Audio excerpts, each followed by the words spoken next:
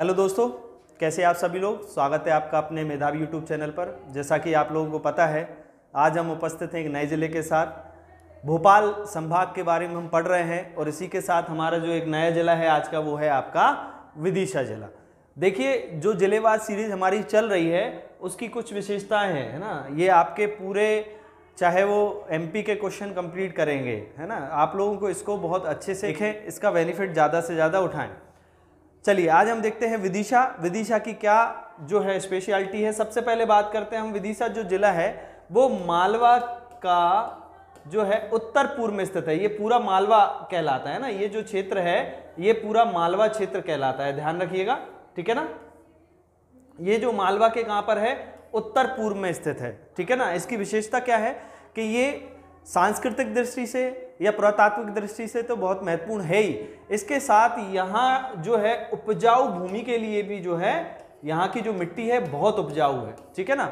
अगर आप देखें तो यहाँ चने का उत्पादन सबसे ज़्यादा जो है किस जिले में होता है, आपका विदिशा जिले में ही होता है। विदिशा जो है इधर गुना से स्पर्श करता है, इधर जो है आपका अशोकनगर से स्पर्श करता है, ठीक है ना, सागर से स्पर्श होता है। तो गुना के अगर सराउंडिंग अगर हम जिले देखें तो कौन कौन से हुए, गुना, अशोकनगर, सागर, जो है रायसेन, भोपाल, ठीक है ना। इन जिलों से जो है विदिशा घिरा हुआ है।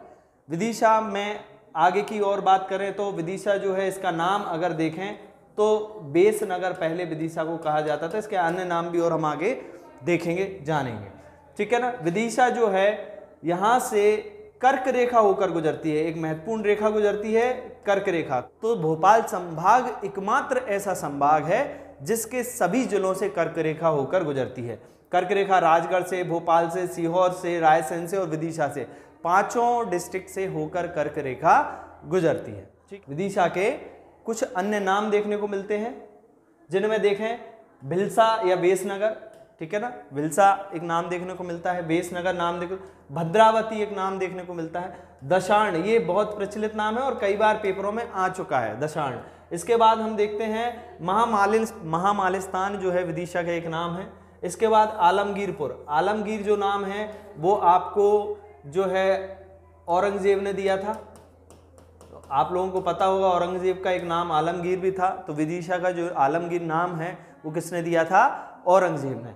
और विदिशा एक नाम, विदिशा देखना, विदिशा भी आपसे कई बार पूछ ले कि विदिशा किसने दिया था, तो डॉक्टर राजेंद्र प्रसाद, किसने दिया था।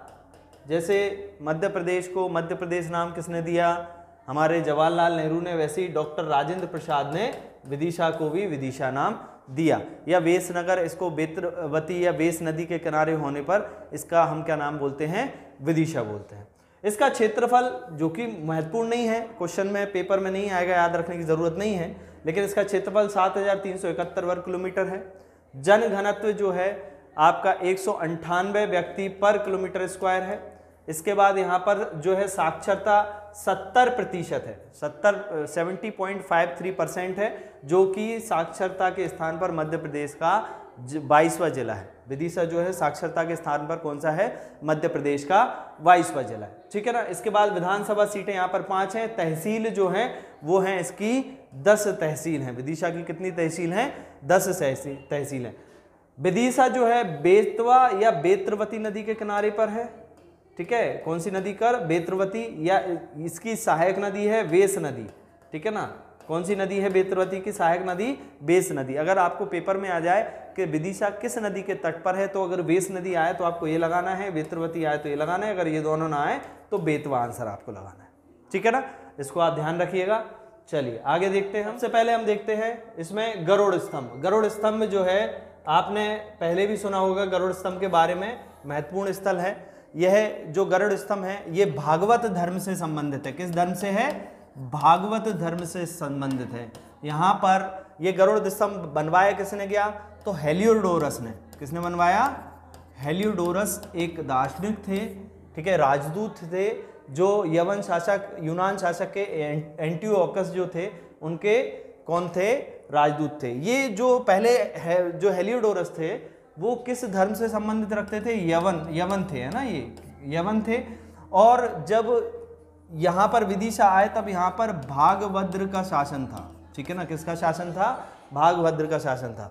इन्होंने भागवत धर्म को पढ़ा, इसके बारे में जाना और इन्होंने बाद में किसको अपना लिया? भागवत धर्म से। क्वेश्चन क्या पूछा जाएगा आपसे? गरुड़ स्तंभ कहाँ पर है? ठीक है ना। अब इसका एक पुराना नाम भी पूछा जाता है, एक जो है इसका जो चलन में नाम है उसको हम खाम बाबा स्तंभ भी बोलते हैं। क्या बोलते हैं? खाम बाबा स्तंभ भी गरुड़ स्तंभ को बोला जाता है। तो अगर आपसे पूछा है खाम बाबा स्तंभ कहाँ पर है, तो गरुड़ स्तंभ को ही हम खाम बाबा स्तंभ बोलते हैं। बनवाया किसने? हेलियोडोरस ने।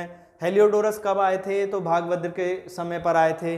ठीक है ना। हेलियोडोरस जो थे तो एंटियोकस के राजदूत थे। इस तरीके के क्वेश्चन आपसे पूछे जाते हैं। 110 ईस्वी में लगभग ये बनवाया था। ठीक है। इससे भागवत धर्म मतलब किससे संबंधित है? भगवान विष्णु से संबंधित है। ठीक है ना।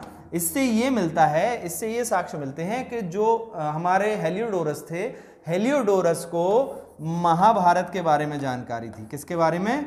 महाभारत के बारे में पता था, जब भी उन्होंने उसको पढ़ा और उसके बारे में जो है इन्होंने क्या किया, फिर बाद में भागवत धर्म को अपनाया। ठीक है ना। तो इस चीज को याद रखिएगा। हेलियोडोरस स्तंभ आपको यहाँ देखने को मिलेगा, ये इसकी पिक्चर है। ठीक है ना। हेलियोडोरस स्तंभ की ये कहाँ पर है? विदिशा में सिचुएटेड है। चलिए आगे हम देखते हैं उदयगिरी की गुफाएं। उदयगिरी की केव बहुत ही महत्वपूर्ण केव है। उदयगिरी जो है, उदयगिरी का पुराना नाम अगर देखें तो क्या नाम था? पुराना नाम नेचीपुर। क्या नाम था? नेचीपुर, है ना। नेचीगिरी, है ना। नेचीगिरी। लगभग 4 से 5वीं शताब्दी के पूर्व किसके शासनकाल में? गुप्तों के शासनकाल में। ठीक है ना। याद रखिएगा, किसके शासनकाल में? गुप्तों के शासनकाल में जो है ये उदयगिरी की गुफाएं क्या किया गया? बनाया गया। गुप्तों के शासनकाल में उदयगिरी का नाम उदयगिरी ही जो पड़ा वो किसके कारण पड़ा? जो हमारे राजा भोज के पौत्र थे। किसके? राजा भोज के पौत्र उदयादित्य के नाम पर। उदयादित्य के नाम पर क्या पड़ा? हमारा उदयगिरी नाम पड़ा। ठीक है ना। उदयगिरी की जो केव हैं वो आपकी किससे संबंधित हैं? हिंदू और जैन धर्म से संबंधित है। किससे संबंधित हैं? हिंदू और जैन धर्म से संबंधित है। यहाँ पर गुफाओं की संख्या कितनी है? 1 से लेकर 20 गुफाएं हैं। टोटल कितनी गुफाएं हैं? 20 गुफाएं हैं। देखिए इनकी क्या विशेषता है? गुफा नंबर 1 और गुफा नंबर 20 किससे संबंधित हैं? जैन धर्म से संबंधित हैं। बाकी जो गुफाएं हैं वो किससे संबंधित है? हिंदू धर्म से संबंधित है। सबसे पहले हम देखें गुफा नंबर 1। ठीक है ना। सबसे पहले हम क्या देखें? गुफा नंबर 1। तो गुफा नंबर 1 जो है वो उसको हम सूर्य गुफा के नाम से जानते हैं। किस गुफा के नाम से जानते हैं? सूर्य गुफा के नाम से हम गुफा नंबर 1 को जानते हैं। ठीक है ना। इसके बाद हम बात करते हैं गुफा नंबर 1 के बाद 5 आता है। 5 जो है गुफा बहुत ही प्रसिद्ध है। यहाँ पर भगवान विष्णु के 12 अवतार की, किसकी? भगवान विष्णु के 12 अवतार की प्रतिमा है। भगवान विष्णु के 12 अवतार की प्रतिमा है। कहा जाता है हिरण्याक्ष जो था जब धरती को पाताल लोक में समुद्र में ले गया था, इसके बाद भगवान ने 12 का अवतार लिया और पूरी पृथ्वी को ऊपर लेकर आए। इसका चित्रण जो है ये गुफा नंबर 5। आपसे पूछा जाता है 12 अवतार की प्रतिमा किस गुफा में है, तो गुफा नंबर 5 जो है वो आपकी बहुत महत्वपूर्ण गुफा है। इसको आप याद रखिएगा। ठीक है ना। इसके बाद गुफा नंबर 6 है। ठीक है। गुफा नंबर 6 जो है इसमें महिषासुर मर्दिनी की जो है, महिषासुर मर्दिनी जो माता की तस्वीर है उसमें यहाँ पर बनी हुई है गुफा नंबर 6 में। इसके बाद हम बात करते हैं जो महत्वपूर्ण गुफाएं हैं आपकी, वो एक गुफा नंबर 13। ठीक है ना। कौन सी है? गुफा नंबर 13। गुफा नंबर 13 में भगवान विष्णु शेष शैया पर लेटे हुए हैं। ठीक है ना। इसके बारे में आपको देखने को मिलता है। इसके बाद एक गुफा जो हमको मिलती है गुफा नंबर 19। गुफा नंबर, आपसे क्वेश्चन पूछा जाएगा गुफा नंबर, भगवान शेषनाग की प्रतिमा किस नंबर की गुफा में सिचुएटेड है, तो गुफा नंबर 13, शेष शैया पर लेटे हुए। 5 गुफा 5 जो है वो प्रसिद्ध है। गुफा 3 को भी हम क्या बोलते हैं? गुफा 3, गुफा नंबर 3, इसको हम क्या है? वीणा गुफा के नाम से जानते हैं। यहाँ पर सरस्वती जी की वीणा बजाती हुई प्रतिमा है, तो वीणा गुफा के नाम से हम इस गुफा को जानते हैं, गुफा नंबर 3 को। तो गुफा नंबर 1 को सूर्य गुफा के नाम से जानते हैं, गुफा नंबर 3 को वीणा गुफा के नाम से जानते हैं, गुफा नंबर 5 को आपका जो है 12 अवतार के लिए प्रसिद्ध है, गुफा नंबर 6 महिषासुर मर्दिनी के लिए, गुफा नंबर 13 भगवान विष्णु जो है शेष शैया पर लेटे हुए हैं उसके लिए, और उसके बाद गुफा नंबर 19, ये जो गुफा नंबर 19 है ये उदयगिरी की सबसे बड़ी गुफा है। ठीक है ना। अगर साइज के हिसाब से देखें तो गुफा नंबर 19 है, जो किससे है, आपके सबसे बड़ी गुफा जो है बोला जाता है इसको, ठीक है ना। और गुफा 1 और गुफा 20 जो हैं वो आपकी किससे संबंधित हैं, जैन धर्म से संबंधित है। बाकी गुफाएं आपकी किससे संबंधित हैं, आपकी हिंदू धर्म से संबंधित है। चलिए आगे देखते हैं। हमारा चौखंबा महल, याद रखिएगा कौन सा, चौखंबा महल। चौखंबा महल कहाँ पर है, आपसे पूछा जाएगा चौखंबा महल कहाँ पर है, तो विदिशा जिले में सिचुएटेड है। ये भी चौखंबा मंदिर जो है वो आपका किस धर्म से संबंधित है, हिंदू धर्म से संबंधित है। ये खंडर के रूप में आज भी इसके अवशेष हैं। बोला जाता है कि यहाँ पर जो है किसका, हिंदू धर्म के मंदिर थे।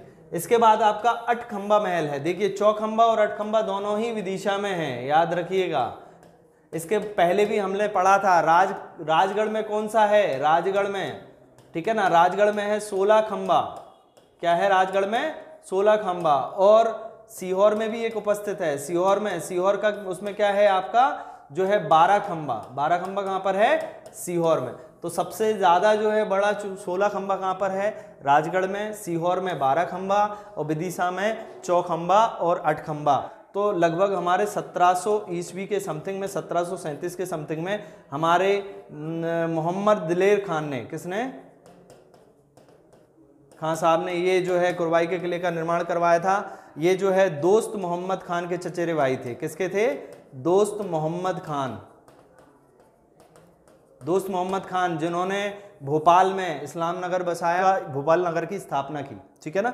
तो दोस्त मोहम्मद खान की क्या थे, चचेरे भाई थे। इसके बाद माला देवी मंदिर जो है पहाड़ी के कोने पर बसा हुआ माला देवी मंदिर जो है बहुत ही प्रसिद्ध मंदिर है, ठीक है ना। इसका अगर निर्माण देखें तो प्रतिहारों ने कल्चरियों का नाम मिलता है ना। ये पहले ये मंदिर जो माला देवी का मंदिर था, आपसे पूछा जाता है, बहुत प्रसिद्ध मंदिर है। माला देवी का मंदिर कहाँ पर सिचुएटेड है, तो विदिशा जिले में, ठीक है ना। ये जो पहले था वो हिंदू धर्म से संबंधित था, ठीक है ना। लेकिन आज वर्तमान में जो माला देवी का मंदिर है वो जैन धर्म से संबंधित है, भगवान आदिनाथ से जो है रिलेटेड है, ठीक है ना। तो इन चीज़ों को आप विशेषकर याद रखिए। तो देखिए कौन सा, चौखंबा और अठखंबा मंदिर है वो कहाँ पर है, विदिशा में है। आपका कुरवाई का किला, कुरवाई का किला किसने बनवाया, मोहम्मद दिलेर खान ने बनवाया। और ये जो है आपका विदिशा जिले में है। माला देवी का मंदिर ये आपका विदिशा जिले में है। चलिए आगे देखते हैं। बीजा मंडल का मंदिर, बीजा मंडल का जो मंदिर है इसको सूर्य मंदिर भी बोला जाता है ना। इसको कौन सा बोला जाता है, सूर्य मंदिर भी बोला जाता है, या इसको क्या बोला जाता है, विजय मंदिर बोला जाता है। कौन सा, विजय मंदिर, ठीक है ना। बीजा मठ के मंदिर को सूर्य मंदिर या विजय मंदिर बोला जाता है, या विजया मंदिर भी कहीं ना आपको नाम मिलेगा, विजया मंदिर, ठीक है ना। ये इसके अन्य नाम है, ठीक है ना। भगवान सूर्य को समर्पित था। वर्तमान में जो है एक दरगाह है, ठीक है ना। इसको औरंगजेब ने, राजा औरंगजेब ने इसको क्या करवा दिया था, खंडित करवा दिया था, तोड़वा दिया था। किसने, औरंगजेब, मुगल बादशाह जो था औरंगजेब। ये जो है भगवान शिव और सूर्य और कृष्ण से संबंधित था। ये मंदिर जो है भगवान शिव, सूर्य और कृष्ण से संबंधित था, ठीक है ना। तो बीजा मंडल का मंदिर जो है आपसे पूछ लें, या आपसे विजय मंदिर पूछ लें, या आपसे विजया मंदिर पूछ लें, या आपसे पूछ लें सूर्य मंदिर कहाँ पर है, ठीक है ना। तो विदिशा का सूर्य मंदिर भी आपको इसका नाम देखने को मिलता है। बाजरा मठ का मंदिर जो है वो भगवान शिव और भगवान विष्णु और भगवान सूर्य से संबंधित है, ठीक है ना। ये भी मंदिर पहले हिंदू धर्म से संबंधित था। किससे संबंधित था, हिंदू धर्म से संबंधित था, ठीक है ना। और वर्तमान में जो है यहाँ पर ऋषभ देव की प्रतिमा है, ठीक है ना। और ये जो मंदिर है जैन धर्म से संबंधित है। किससे संबंधित है, जैन धर्म से संबंधित। तो आपसे पूछा जा सकता है हिंदू और जैन धर्म से संबंधित जो है कौन सा मत है, बाजरा मठ का मंदिर है, ठीक है। बाजरा मठ का जो मंदिर है वो हिंदू और जैन धर्म से संबंधित है, ठीक है ना। इसमें पहले शिव, विष्णु और सूर्य की 3 मंदिर बने हुए थे, ठीक है ना। शिव, जो विष्णु और सूर्य आपको यहाँ पर चित्र में देखने को मिल रहे होंगे, ठीक है ना। इसके बाद हम आगे देखते हैं आपका हिंडोला तोरण। देखिए हिंडोला जो था खंबा जो है वो अलग है और हिंडोला तोरण जो है वो अलग है, ठीक है। हिंडोला मंदिर भी है। हिंडोला तोरण जो है, अगर आपने इससे पहले हमने चौखंबा मंदिर पढ़ा था, चौखंबा मंदिर पढ़ा था, ठीक है ना। चौखंबा मंदिर के प्रवेश द्वार पर भी हिंडोला तोरण, हिंडोला मतलब होता है झूलता हुआ, तो झूलता हुआ दरवाजा, तोरण मतलब क्या होता है, दरवाजा। तो झूलता हुआ आपको दिख रहा होगा, इसका शेप इसी तरीके का है। इस तोरण में भगवान विष्णु, किसके, भगवान विष्णु के 10 अवतारों का वर्णन किया गया है। किसका, 10 अवतार का वर्णन किया है, ठीक है ना। यहीं पर चौखंबा मंदिर है, मतलब इसके केवल अवशेष बचे हुए हैं। इसका तोरण जो था चौखंबा मंदिर का, वो हिंडोला तोरण था, ठीक है ना। इसके बाद यहीं पर विदिशा में आपको पहाड़ी के कोने पर लोहांगी पीर की जो है दरगाह देखने को मिल जाएगी। आगे देखते हैं हम गदरमल का मंदिर। जो गदरमल का मंदिर है ये भी आपका विदिशा जिले में है। कहाँ पर है, विदिशा में सिचुएटेड है। इसको, ये जो है इसकी तुलना किससे की जाती है, ग्वालियर के तेली मंदिर से तुलना की जाती है, ठीक है ना। किसके, ग्वालियर के तेली मंदिर से ये गदरमल की तुलना की जाती है, ठीक है ना। ये याद रखिएगा, ये इसकी जो वास्तुकला है वो ग्वालियर के तेली मंदिर की है। और तेली मंदिर का निर्माण राजपूतों ने करवाया था। उत्तर भारत में द्रविड़ शैली का एकमात्र मंदिर है तेली का मंदिर। तो उससे तुलना आपकी किसकी की जाती है, गदरमल के मंदिर से की जाती है। यहीं पर चरण तीर्थ है। चरण तीर्थ जो है बोला जाता है कि भगवान राम जो है, ठीक है, यहाँ पर रुके थे और उन्हीं के चरण जो है यहाँ पर छोड़े गए हैं, इसलिए यहाँ पर चरण तीर्थ स्थापित है। यहीं पर उद्देश्वर मंदिर है। उद्देश्वर मंदिर का निर्माण जो है किसने करवाया था, परमार शासक उदयादित्य ने करवाया था। किसने करवाया था, उदयादित्य ने करवाया था। मंदिर का ये जो है भगवान शिव को समर्पित है, भगवान शिव को समर्पित है, ठीक है ना। इसके बाद यहीं पर आपका दशावतार मंदिर है। दशावतार मंदिर विदिशा में भी है और आप अगर देखोगे तो दशावतार मंदिर आपको देवगढ़ में भी मिलेगा, देवगढ़ उत्तर प्रदेश में भी देखने को मिलेगा। देखिए इसमें क्या है, आपका चरण तीर्थ विदिशा में है। गदरमल का मंदिर, ये गदरमल का मंदिर भी जो है वो हिंदू और जैन धर्म से संबंधित है। किससे, हिंदू और जैन धर्म से संबंधित है, ठीक है ना। इसके बाद आपका दशावतार मंदिर यहीं पर है और उद्देश्वर मंदिर जो परमार शासक उदयादित्य ने बनवाया। चलिए आगे देखते हैं हम विदिशा के एक महान व्यक्तित्व कैलाश सत्यार्थी के बारे में जानते हैं। यह मध्य प्रदेश के शांति का नोबेल इनको मिला है 2014 में। इनको क्या मिला, 2014 में शांति का नोबेल मिला इनको, ठीक है। इसके साथ मिला मलाला यूसुफजई, पाकिस्तान की थी यूसुफजई, ठीक है ना। मलाला यूसुफजई के साथ इनको शांति का नोबेल मिला। इन्होंने बचपन बचाओ आंदोलन चलाया था, बचपन बचाओ आंदोलन। ये पूछा जाता है आपसे क्वेश्चन, है ना। कैलाश सत्यार्थी को शांति का नोबेल क्यों मिला, क्योंकि उन्होंने बचपन बचाओ आंदोलन चलाया था, है ना, याद रखिएगा। और ये किस जिले से संबंधित है, विदिशा जिले से संबंधित है। विदिशा में ही हलाली बांध जो है वो सिचुएटेड है। हलाली बांध, इसको हलाली नदी पर है, इसको अशोक सागर बांध भी कहा जाता है, ठीक है। क्या कहा जाता है, अशोक सागर बांध भी कहा जाता है। और हलाली जो है वो किसकी ट्रिब्यूटरी है, बेतवा की ट्रिब्यूटरी है, या बेतवा की क्या है, सहायक नदी है। याद रखिएगा हलाली जो है बेतवा की सहायक नदी है। कई बार आपसे पूछ लिया जाता है हलाली डैम किस नदी पर है। अगर हलाली ऑप्शन में आए तो बेतवा आंसर आपको लगाना है, या अशोक सागर नाम, वर्तमान इसका नाम क्या है, अशोक सागर नाम, ठीक है ना। बड़ोआ एक लेक है जो कि पर्वत की तलहटी में है। कहाँ पर, पर्वत की तलहटी में, विदिशा के पास में है, ग्यारसपुर के पास में, पर्वत की तलहटी में है ना, ठीक है। ये जो है आपकी बड़ोहा लेक पूछ लिया जाता है कहाँ पर है। और मड़खेड़ा की गढ़ी, ठीक है ना, यहाँ पर मड़खेड़ा जो है अपनी गढ़ी के लिए अपने प्रसिद्ध है। मड़खेड़ा गांव है ये, ठीक है, विदिशा जिले में ही पड़ता है। तो मड़खेड़ा की गढ़ी जो है वो प्रसिद्ध है, ठीक है ना, अपनी अटारियों के लिए। का जो जिला है ये कंप्लीट होता है, ठीक है। आज के लिए इतना ही काफ़ी है। अगले जिले के साथ हम मिलेंगे। भोपाल संभाग के हमने 4 जिले कंप्लीट कर लिए हैं। आखिरी जिला जो बचा है सीहोर। इसके बाद कौन सा संभाग लिया जाए इसका आप कमेंट करके बताइए अपने अपने संभाग का नाम, उसी के हिसाब से हम आगे कंटिन्यू करेंगे।